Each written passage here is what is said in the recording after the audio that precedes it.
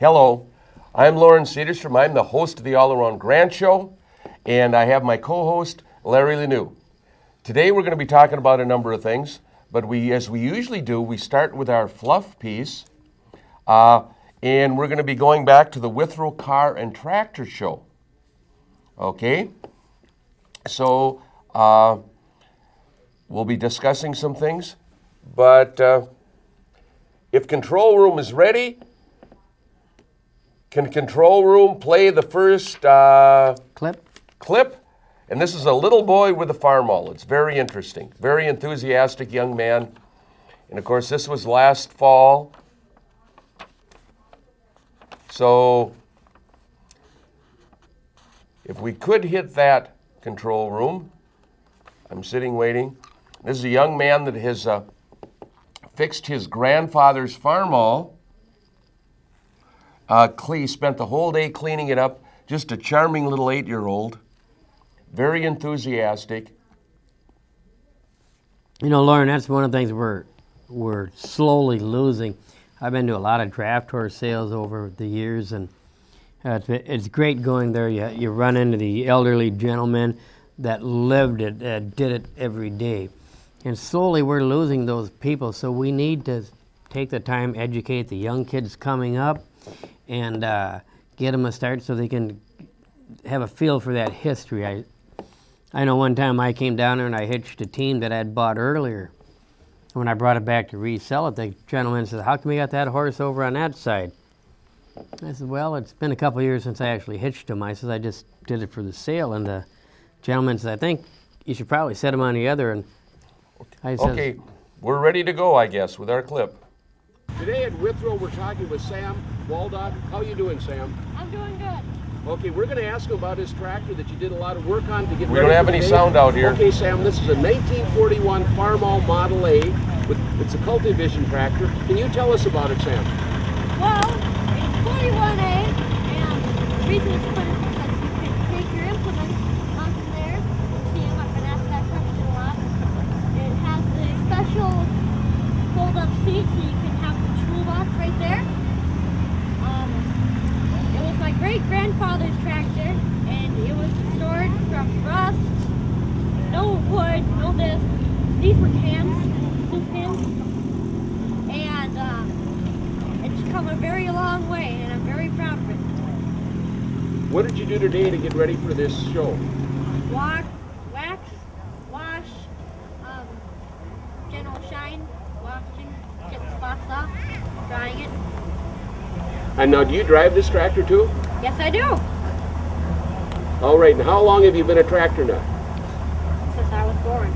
All right, thanks a lot. Here we are at Withrow with Sam, one of the youngest and very knowledgeable tractor aficionados. Today at Withrow, we're talking with Sam Waldog.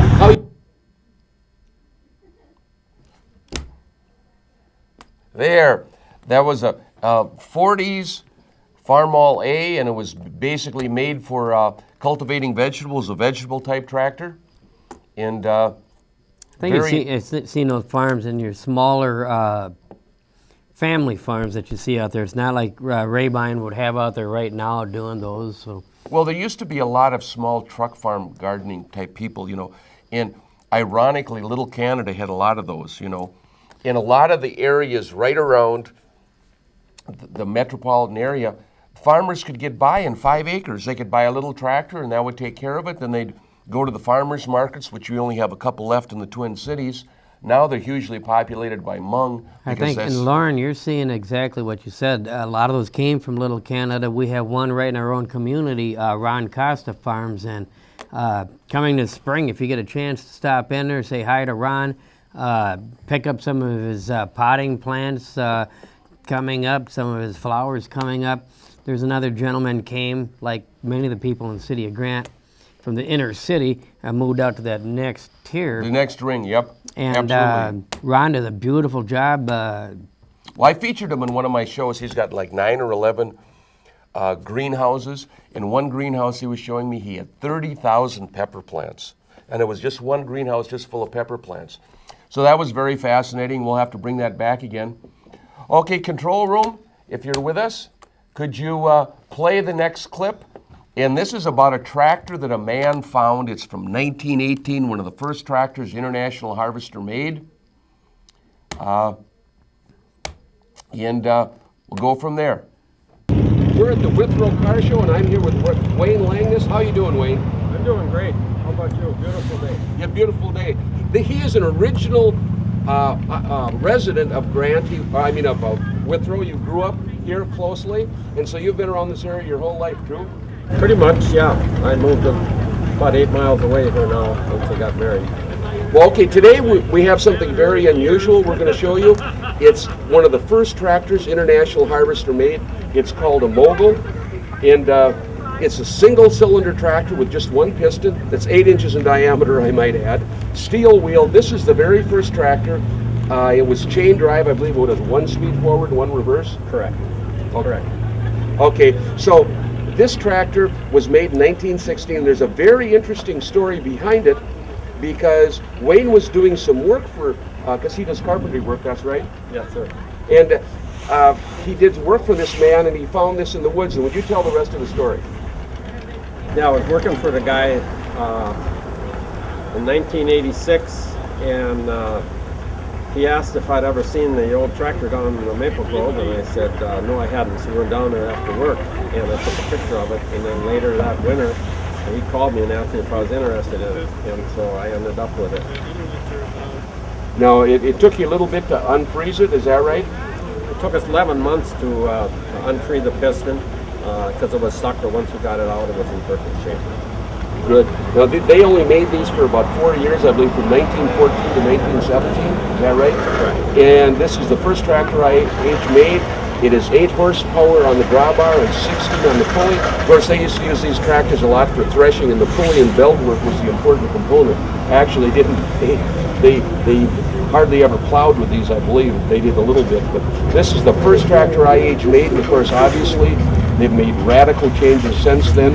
And this car sat from 1929 through 1984, is that right?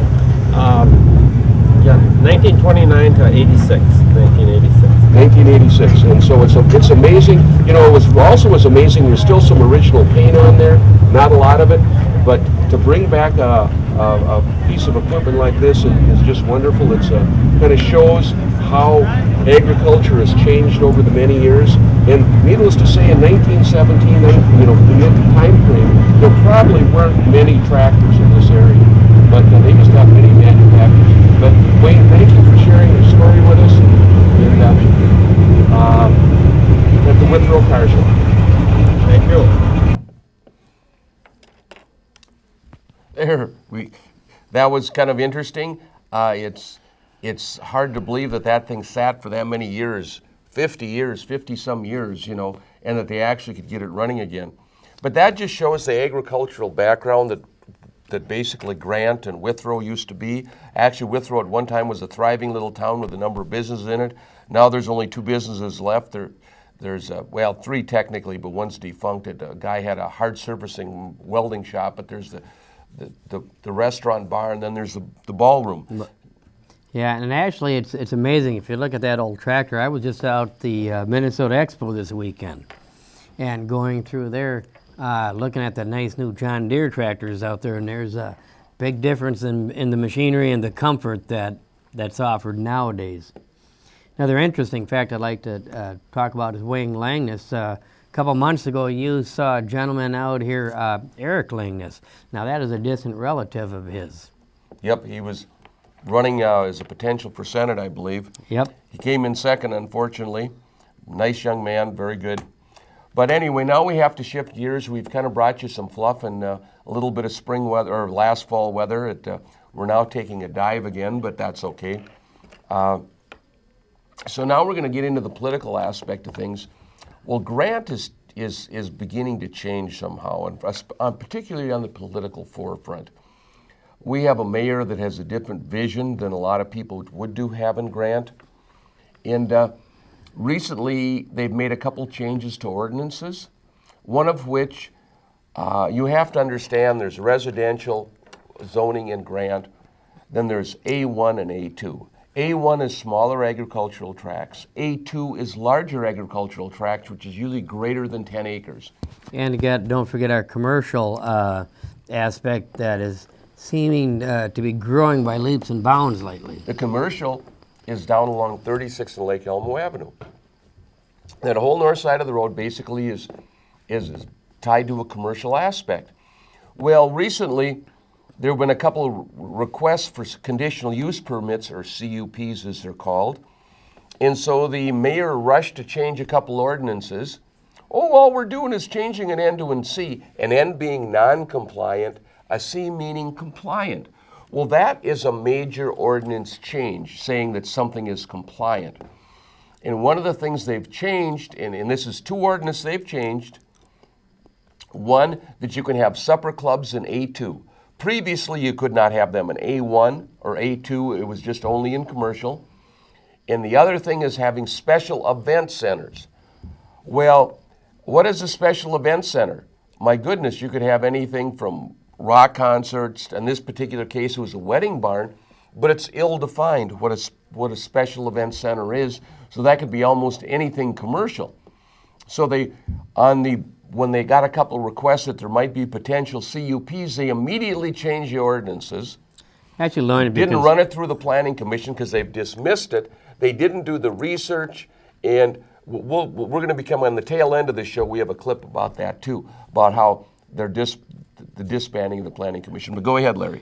But actually, he calls it a simple text change. It's like in change of from shall to shall not. Mm-hmm. Or may or shall, but he makes it sound like we had a grammatical error, in the ordinance, and it wasn't a grammatical error. He changed it from an N to a C, so like you said, from non-compliant to compliant. So now you have to kind of keep in mind the makeup of our city, folks. Right now we have a city council with a used car salesman. We have 2 realtors that share the same driveway together, and we have their business partner that flips houses. So basically we have a used car salesman, 3 people that deal in real estate, and a gal that grooms dogs for a living. It's time we get our citizens to step up. We've got some very well qualified people in our community. We have to step up. We have to have more diversity. And we got to get better representation than just 3 people that live on the same road. Well, I agree. The implications for this is there are 38 properties that fit this new quote-unquote commercial definition in Grant. So this could have dramatic implications, especially in considering that the Met Council said there's not supposed to be leapfrog development, and they don't want to see this type of thing. They could totally turn the tide of this particular situation. And if they open the floodgates, and one of the problems is that people have to understand, talk to any economist. If all of a sudden there's all this, the Met Council says, okay, now you're open to development, and this is what you have to do, kind of like Lake Elmo, there's going to be 38 properties. Well, I'll tell you right now, ladies and gentlemen, what will happen if there's an excess supply and a constant demand, the prices of that are going to head right for the basement. So the real estate that now is highly valued in Grant, people are going to have to sell for whatever they get it for. And people are not going to be happy if this extrapolates down and this happens. But anyway, Loren, let me, if I can jump in here, I want to give you an example of how quick this actually happens. They posted this zoning change, I believe, in March. At the March meeting, they finally finished that zoning, or February-March meeting. And the gentleman they're trying to do has a corner on the northwest corner of 96 and Manning. It's the one that applied to be a supper club when we changed our zoning to accommodate him. Within 1 week of accepting and voting on that change, you will notice on the southwest corner of 96 and Manning, that piece of property went up next to him. And the reason that piece of property went up for sale is now it's no longer a residential piece of property in an A2 zoning. Now it is a commercial piece of land. And folks, we can have them, Ron Costa could change and put his place to an event center. We could take anywhere along Jamaica and put it on there. We could put one right across from the high school. There's another 160 acres. We can have an event, wedding chapel over there, supper club, all the way up and down 12, all the way up in Manning. And like I said, it only took 1 week after they voted this in to see the for sale signs going up. And like I said, we have 3 realtors on the board. I think they know what they're doing. Okay, we have a clip. If Control Room could play the next clip, it's Mayor Carr talking about the closest use for the particular piece of land. And I'll let you, we can talk about it on the other side. We got the tentative sketch plan for this application. It was much more simple than the current application. You know, in here, they said the caterers would be licensed, they would have the liquor license, there would be no liquor license there. Hours of operations will be Thursday through Sunday, 8 a.m. to 11 p.m. Most of the business will be done Saturday, Friday through Sunday when receptions are held. And then, you know, so there'd be some stuff going on around there for deliveries and everything. So this was the original application or sketch plan that we had gotten a long time ago. Is much different than what we got later. So I can see there'd be some cause for concerns when it's going every day.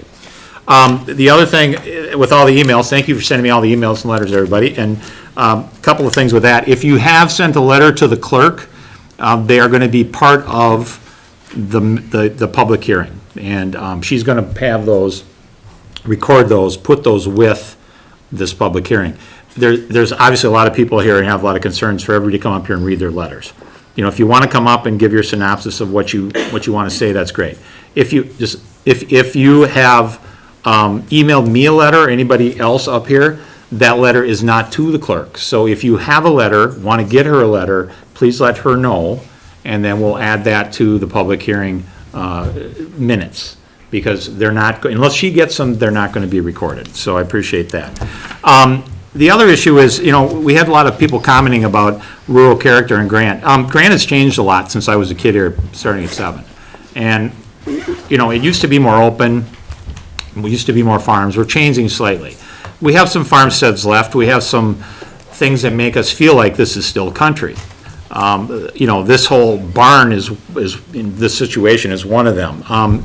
The issue has started to come up. I've been to a few barn weddings myself around, and you know, it's really a nice venue. The question is it good? Is it good for Grant? When the applicant first came forward asking, you know, does this fit? They didn't have to do that. They could have applied for anything in the ordinance that they thought fit. We would have to review it, just as we're doing now. We may have said it doesn't fit. We don't think that use is correct. And then, of course, we could have had a problem, and they could have said, no, it does, and then we, you know, who knows what would have happened. But they chose to come forward and work with the city to decide whether or not it would work or not. And the city decided to look at the big picture, whether it's wedding barns, people fly model airplanes, scrapbooking. I've had people that said they can't scrapbook because it's not in the ordinance. You know, there's all kinds of things that change. We never used to have cell phone towers. Now we have cell phone towers, and we have to deal with those. Those were not in the ordinance in 1982. And the ordinance is not a perfect thing. In the ordinance, it says the closest use applies. So anything that comes forward that's not an exact fit, we have to try to figure out the best way to do it. In this case, the city council decided that this would be a good use with conditions that we put into the ordinance that are very restrictive, besides what we could do for being restrictive as we sit here today. So this is all that's been done by the city council. I was asked by somebody, and I'll just look through the council real quickly. Does anybody regret passing this text amendment? Jeff? The text amendment, no. I'm a little bit surprised at the intensity of the use, frankly. Okay. Anybody down? No regret on the Okay, change so of we'll the move text. past that. I did ask, so if somebody requested that, so there you go. So I think it's important that we go through that. I read my comp plan again, and it seems to fit, you know, rural. We do have commercial business everywhere in Grant, commercial horse boarding, farming is commercial. So I heard the buzzword commercial a lot. Respectfully disagree with people that this, I think, fits, and there are commercial uses, and this might be one of them. There. Well, it's one of the exception I will take is farming is not a commercial use. Commercial normally indicates a lot of customers in terms of retail coming to the place, you know. And yeah, we have a Manufacturing couple is farm another good markets, example. but you know, it is agricultural. They're producing nothing with a wedding barn other than parties. There's been some issues about this before when they had private parties before they applied.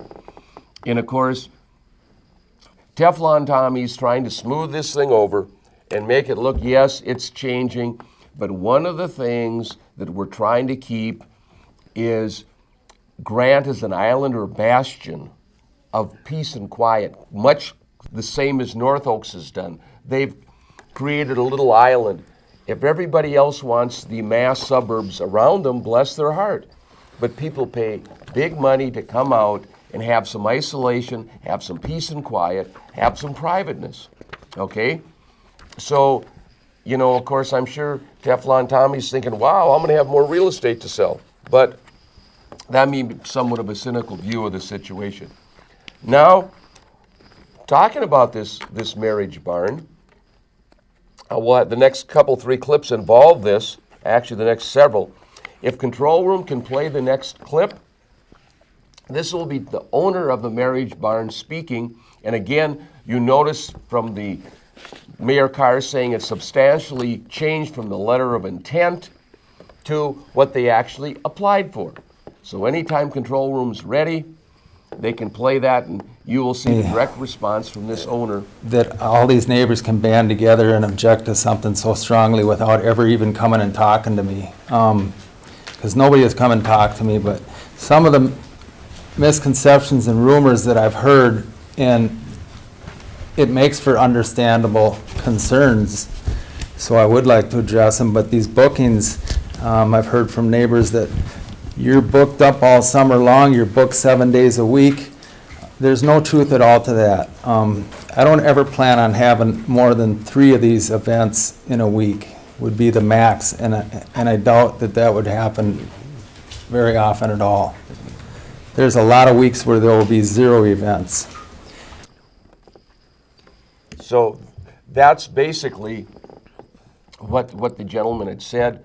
Again, if you don't build it into the conditional use permit, there's wide latitude to go out. I think, Loren, if you look at what he just said, is we don't plan at this time to have more than 3 a week. Well, if you had 3 weddings in there in a weekend, and you were a neighbor on the other side and you're getting all that noise, I think you'll see that they've had them in the past, and the neighbors felt it was a family or a relative, and like a good neighbor, they didn't say anything. But now we're talking about a business that is an event center. But now that he is qualified and he gets his conditional use permit as a wedding event center, right? What's to stop him?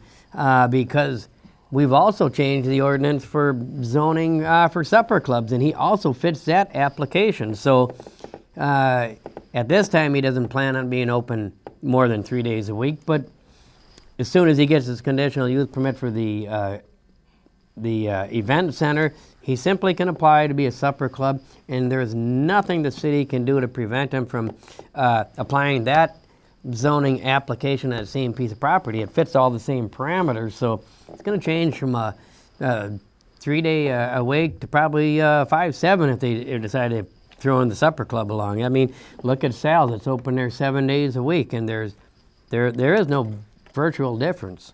Well, again, I would conject that this is poor planning on the part of the city council again, and we're going to come back to this at the end, where the planning commission, when we had one, and both you and I were on it, we went and looked at all these avenues, we did all the research, and we came up with recommendations. Well, they don't spend a lot of time, the city council itself, researching this stuff. And they're just sending her through on a test plan. And there, like I said, there's some broad implications for this, particularly with the Met Council. And I have an article, I don't have it right now here, I have it in my briefcase, that Met Council is planning for 2040 to change our lives drastically. So we have to guard against it. If we want our little home in the country, we're going to have to work hard to protect it. Well, before we go to the next clip, Loren, I want to set this up a little bit. Although we're changing our zoning without a planning commission and everything, I think the more important thing that you're going to see coming up here is your First Amendment right that's being violated. We no longer have public comment during a city council meeting. Keswick Avenue, and go ahead if you want to play this, and I'll show you an example of your freedom of speech rights. Could, I know you say don't talk back, but Jeff, you have a code book there. Could you open that up to section 24? Or would you like me to read that? I'll do it for you if you don't want to. That's okay. Talks about the planning commission. And in this resolution, Mr. Lanu, we're not Yes. here to talk about planning commission. I know you're not here to talk about the planning. You're talking about, this is a public hearing, Tom. No, it's a and public hearing about this application. If It you would affects us like, all. It affects us all. no, I'm sorry, sir, but what he's All talking right. about does not affect this. Let me go on and Larry, move right on, Tom. no. If I'm you're going to tell you because this is important and this pertains to this. And I think, Scott, I think he's done a great job. I'm not for or against it, Scott. I think you've done your due diligence. My concern is we have a city council that's sitting here, not one of them taking a planning 101 course. Larry, One's you're been on here. done. But I'm going to talk about the Can you duties of the please planning remove commission. Mr. The planning Lanu commission from the shall property? have the Thank you duty very much. to review, study, and make recommendations to the city council. And it's on the city council. Where's Brianna? All the land use. So what I'm telling you, Tom, is that you do not follow your recommendations. She in here? And She's right outside. maybe you'll have to get it, but I don't see how our city planner and our Sit city down, Larry. editor, Thanks. until Thanks. they read our own ordinances, how can they We read make them. Thanks for recommendations? coming. Appreciate it. Thanks. You bet, Tom. Thanks. That's how you treat your public. No, So, that's how we treat somebody like you, Again, that who's here's been the it. town bully for quite some time. Now It's sit down. not bullying when you talk. Now, this is the Teflon Tom. You wrote the article about who's a bully. Well, gee, who do you think is the bully in that particular instance? You One know- of the reasons they got rid of public comment is Tom Carr does not want things to go on record that he doesn't want to hear. He doesn't want to deal with it. It's called sweep it under the rug, push it out of the door, and he's never wrong. That's why his nickname is Teflon Tom, because all this other stuff doesn't matter. It doesn't matter what the residents want, what they want to register a concern. And the reason for public comment being at the beginning of the meeting is one, so everybody can tune in and see if people have common interests. Maybe they have the same concern, whether it's a pothole or a house that's creating problems or whatever it would be. And that's the idea behind public comment, to make everybody aware of it. Now, he doesn't want to hear about that kind of stuff. And who's the bully? Go ahead, Larry. Well, Loren, as we go forward, the simple thing I was trying to get across is I asked him because we were talking about a conditional use permit. And he said it had nothing to do, what I want to talk about on the planning commission had nothing to do with his conditional use permit in front of him.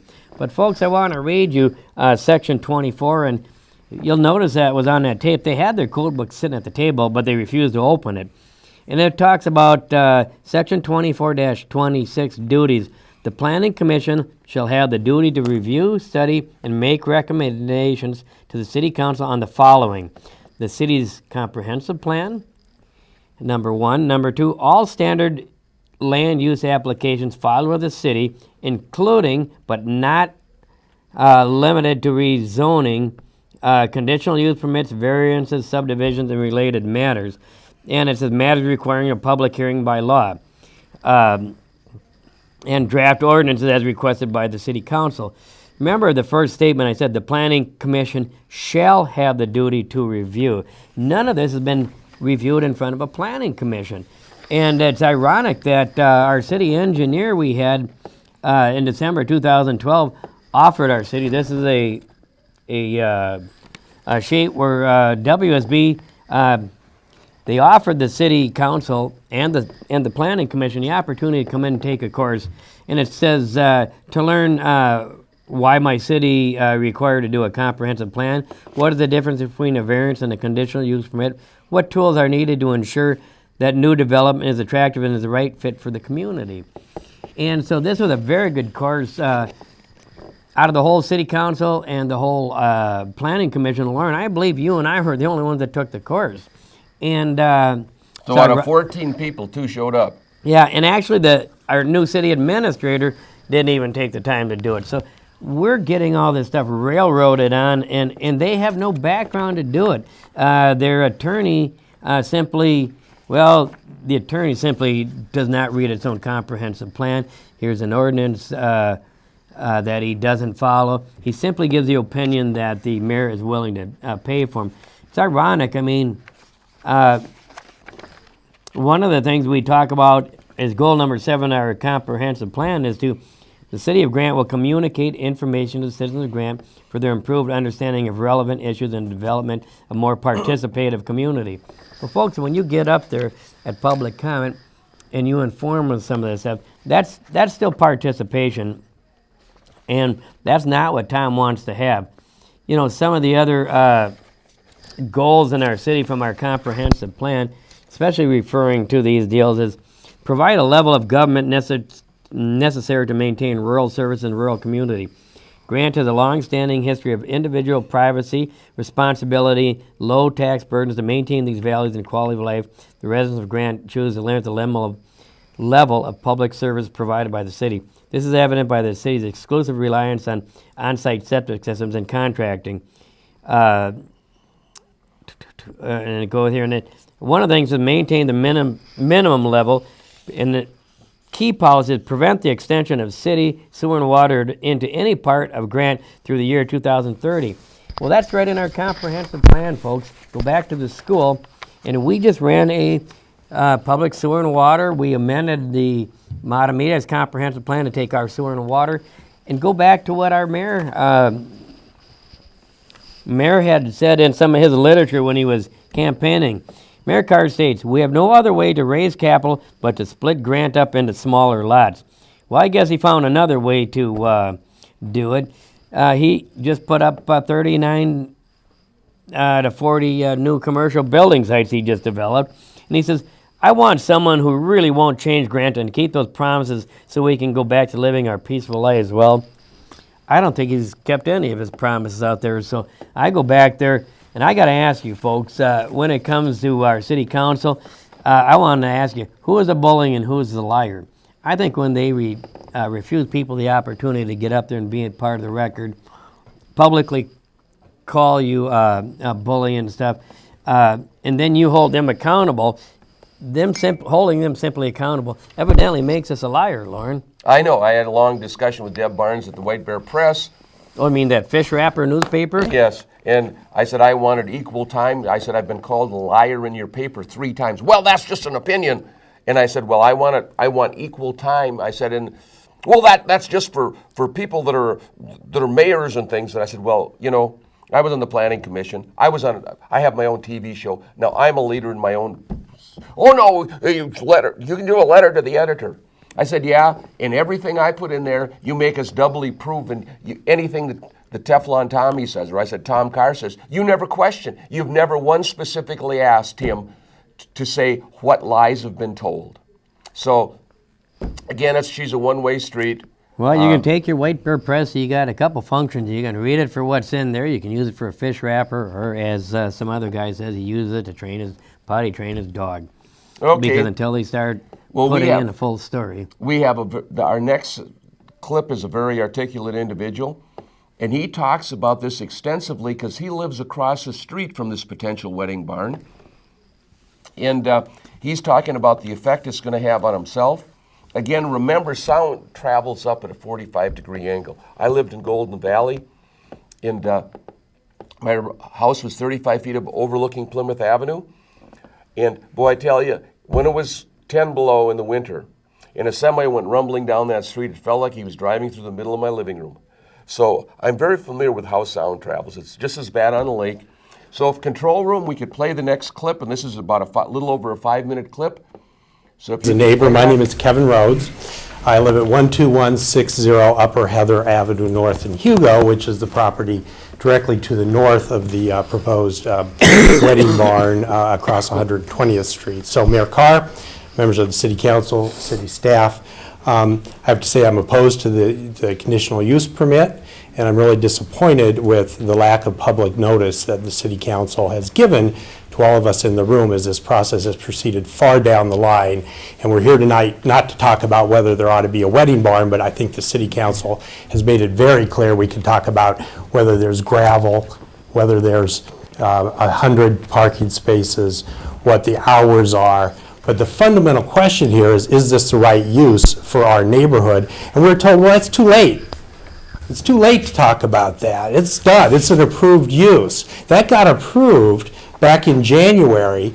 None of us got any notice. I mean, you would expect that somehow from the notice that there's going to be a city council meeting on what is it, a rural event center in zoned A1 land in the city of Grant, that we were supposed to know that what was really going on was the first step in approval of this wedding barn across the street from where I live. I don't think that's reasonable notice. I don't think that's fair notice. I don't think that's due process to property owners like myself. So let me tell you how we're going to be impacted here.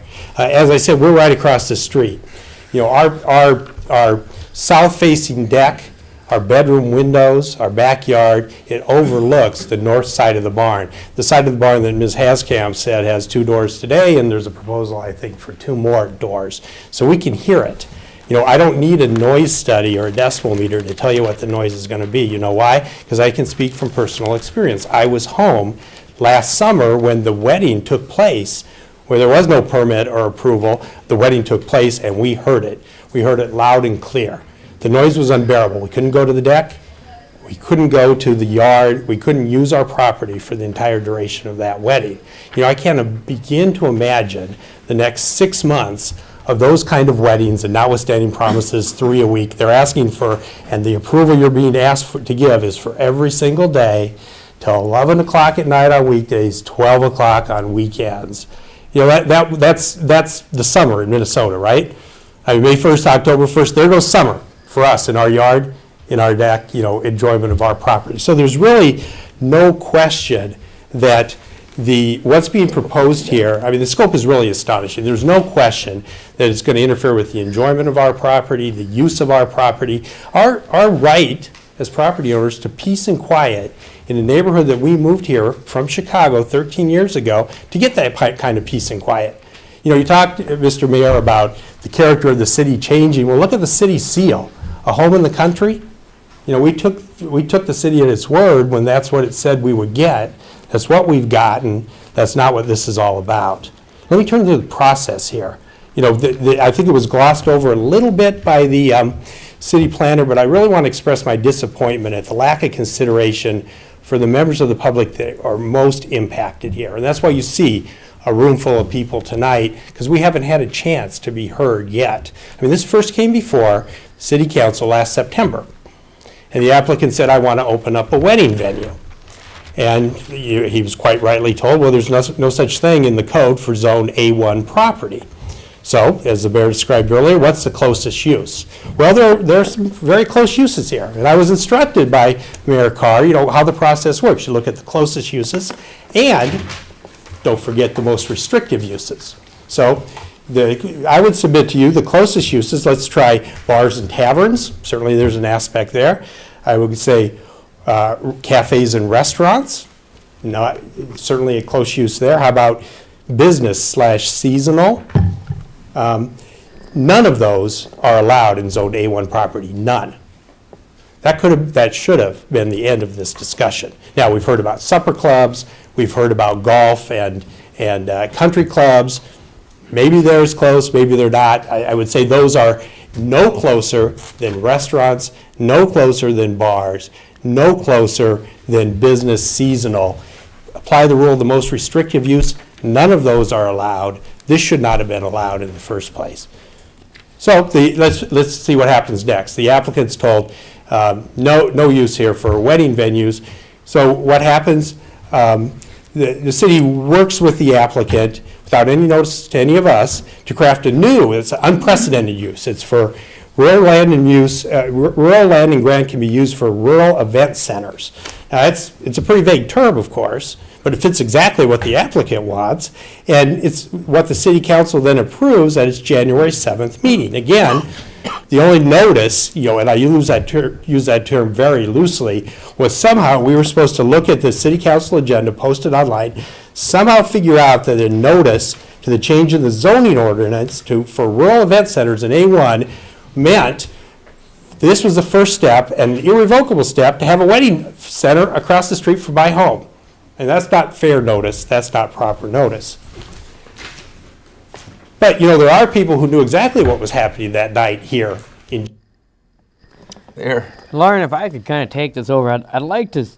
This gentleman spoke very well, and there's something he missed over here.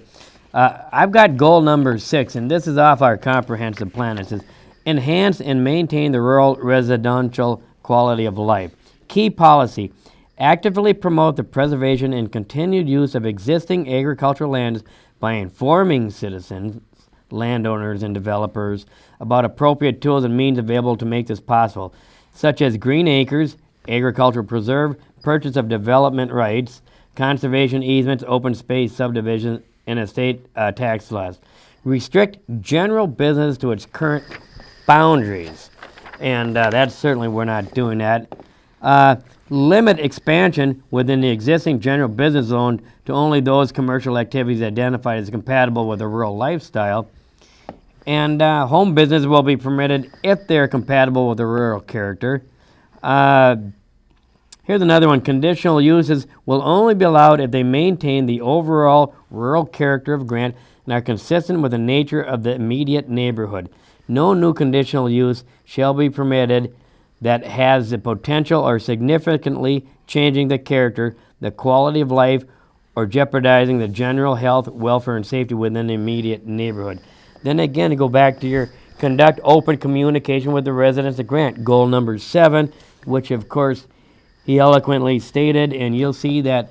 Well, I think when he read the book, he only read the front page, the cover or the index. He didn't read the You whole think thing. he went through school the whole way? He just rode the. He just rode the short bus both directions. That happens, I guess. But again, he has convenient perceptions. He just picks the things out he wants. It's picks and choose like he's going through a smorgasbord, and ignoring the comprehensive plan. I don't know if he doesn't read it. I don't know what his problem is. I go back to his campaign promises once again.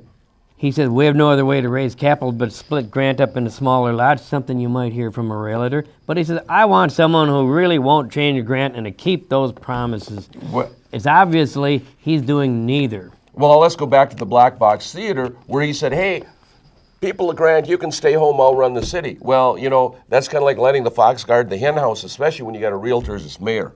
Yep. That is Or not three of them. Yeah, that's true. So, let's continue on with this. The next clip we have is of another lady that lives across the street, and she's testifying as far as what happened. You'd think that the mayor would take notice of any of this, but he seems to be deaf in one ear. And let's look control room. If we can play the next clip, it would be great. My name is Melinda Lopes. I live at 12160 Upper Heather Avenue North.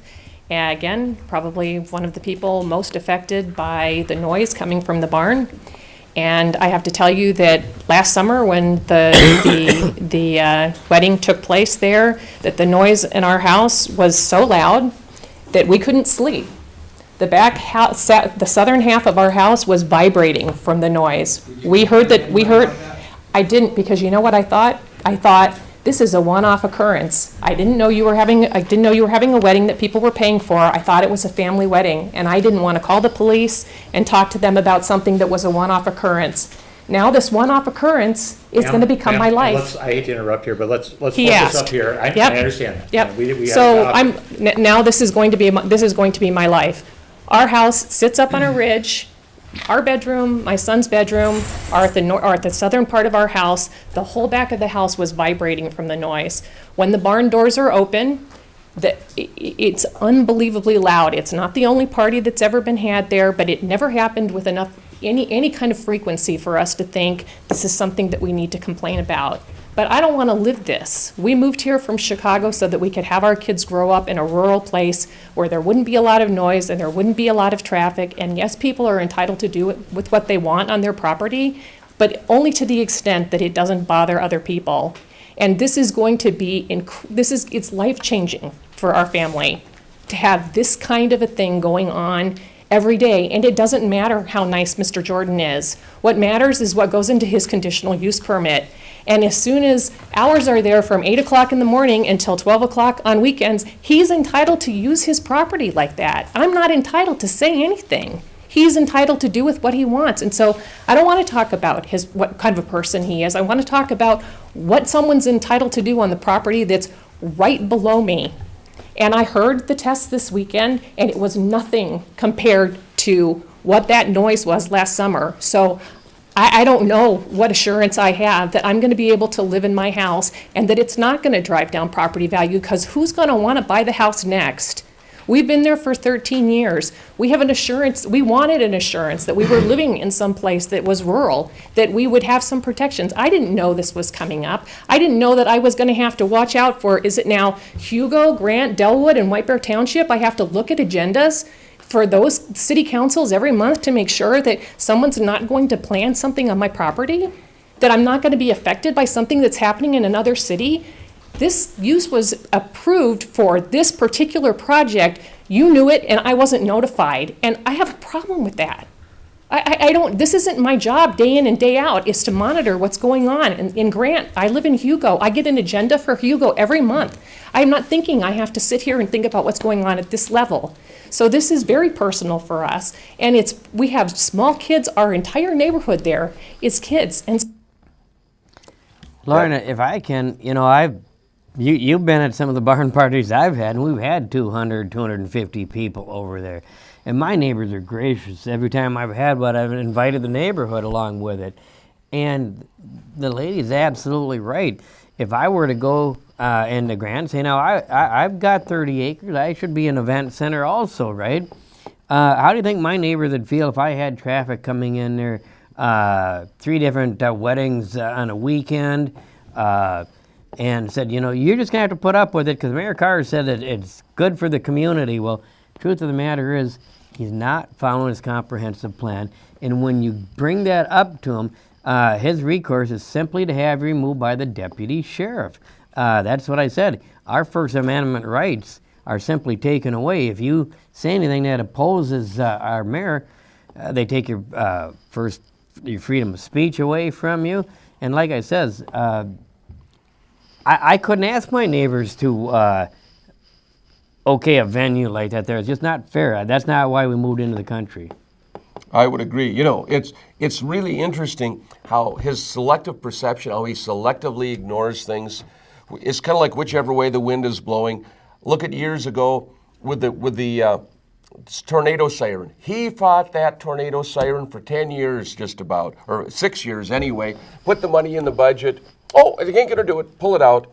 The only way you got through is that independent electrical contractor put a proposal up. They looked at it and put it in. Then the next year they decided to put in another one, and they made the poor new council person. Do you think they would have been bright enough to pull it out of the packet from last year? I mean, less than 12 months old. Give it to the new person that was the emergency preparedness and say, hey, here's what we did last year. Oh no, they made them reinvent the wheel. I tell you, look up the word dysfunctional in the dictionary, and it probably will have a picture of the Grand City Council behind it. Well, Loren, you talked about the tornado siren, and you're right. For years, they've always talked about it, and I just got fed up one day. I put 6 hours into it. I researched. I talked to the Washington County Sheriff, a land surveyor. I got prices, and I tell you, it's the first time we've ever got anything done in our city in about 15 minutes. It was well prepared. It was asked to be put on the agenda. They voted on it. Tom Carr, it went so smooth he couldn't believe it. I think that it was later that night they talked for 45 minutes whether we can chain down the outhouse, and that's still instead of calling the vendor who would have taken care of the problem because it's a rental unit.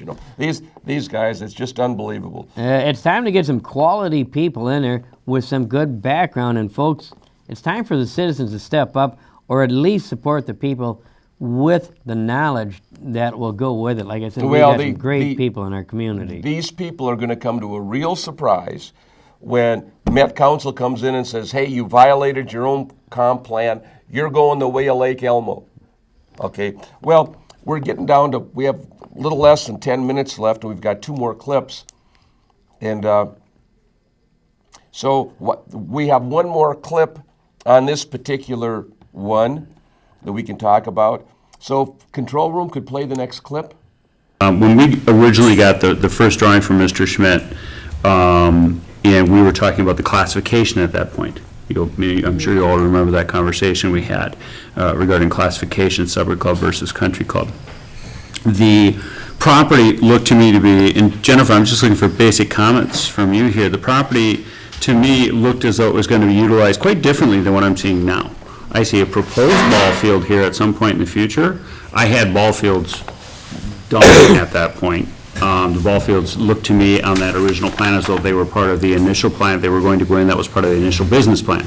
I also had a hockey rink, I also had volleyball courts, and there were also, if I'm not mistaken, a mini golf represented at that point. Now, that's nice to dream, but it wasn't presented to me at that point that way. It was presented to me as that was part of the initial business plan, that was the build-out, and then the building the separate club banquet hall at that point was an ancillary, maybe not ancillary, maybe not a secondary use, but certainly not the prime function of the piece of property. So I'm seeing something, again, quite a bit different than the initial sketch plan that I saw. I have a number of more concerns about this than the other one because of the intensity of the use, because, as the mayor and David have both pointed out, this is nestled against the western property line. It's about as far as it can get. Okay, they're talking about the supper club that's going to be on 96 and Manning. Okay, now you don't have to be a rocket scientist to diagnose this. Okay, it's substantially changed. He's going to have a dining room for 250 people, right? Yep. Okay, and he's also going to have a banquet center for 250 people. Now, I may not be the sharpest as math, but when I add those two together, I get 500. Well, And Loren, then the problem is they're going to have parking for 120 cars. Now, what is wrong with the math on this? I mean, you don't have to be a rocket scientist, and you don't have to take your shoes off to count past 10 to get it figured out that this isn't going to fly. Something's wrong here. we simply have a city planner that suggested we put a school on a dump site. We got an attorney that does exactly what is told to do. Now, a good example is, you're right, the gentleman came in and asked for a country club with all these other uses. In the meantime, Mayor Carr says, why don't we just change it to a supper club instead of a country club? The country club. Well, not only change it that, but he changed it to A2, which was never allowed before. I mean, there was nothing allowed in A2. Period. Zero. Zip. Nothing. But now that they've changed all that zoning to allow that, he comes back and says, well, your zoning says now I can have a supper club. That's not what Jet's absolutely right. That's not what he originally come in and applied for. But Mayor says, Carr says, Ed, I think maybe we should go into a supper club. Why did he say that? Because now he's created 40 different more parcels. And so now Ed comes in and revises his plan. Well, you allow a supper club, so here's what I'm putting in. I don't need the ball fields and everything else anymore. Really, there's not much money in a ball field, so. Well, plus what I'm saying is there's lack of planning, serious lack of planning. If they have a banquet center for 250 people, a supper club for 250 people, and yes, it's going to generate a lot of traffic, and you only have parking for 100 cars? Go to the next clip. I mean, that's just crazy, absolutely crazy. And again, the last clip we're running to is the piece we're tying into is about disbanding the Planning Commission. This should have been viewed and previewed, and people could have checked the implications of these changes, So control room, if we could play the next clip, please.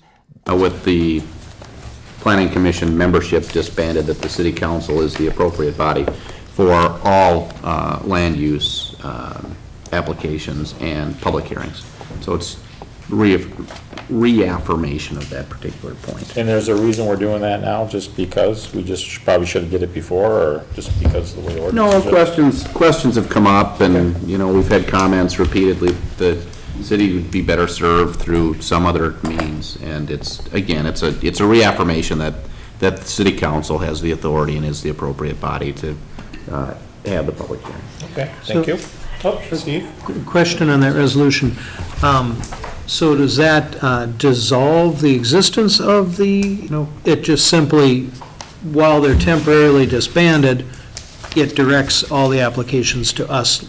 Correct, and By the city resolution. council actually serves, it may seem odd, but the city council actually serves as the planning commission for the city as well, because state law prescribes certain duties for the planning commission.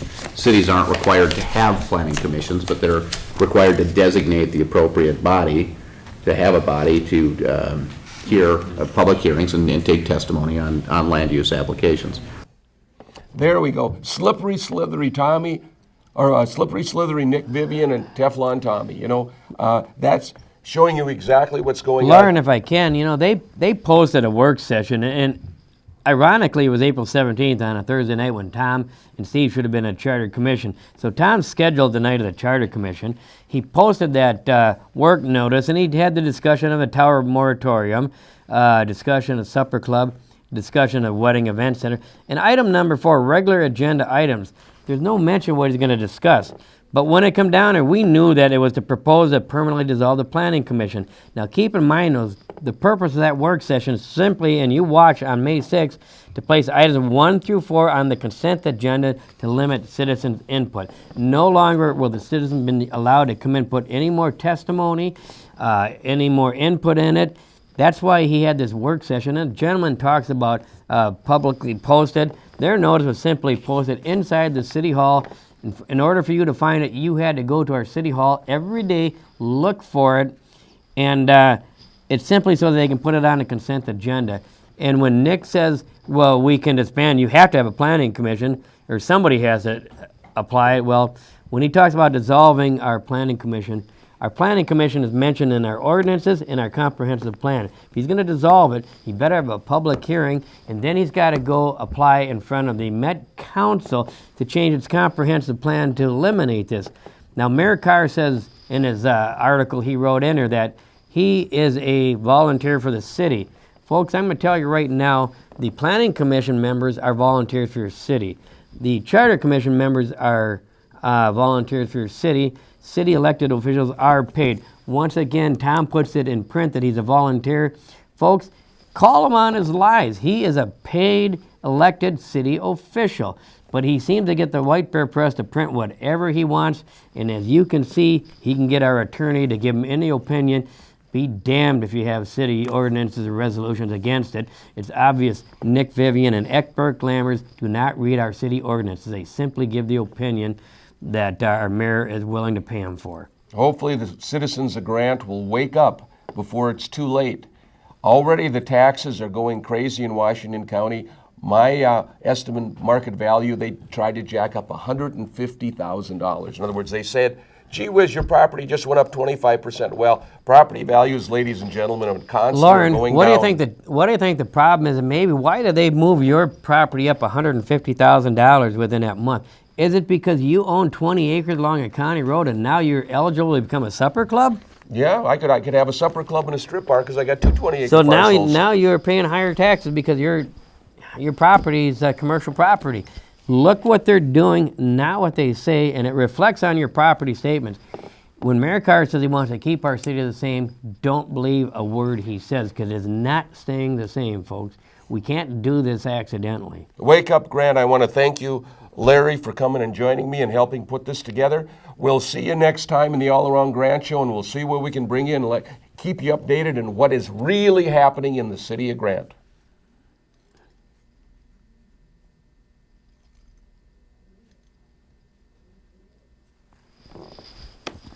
You get some pretty good stuff.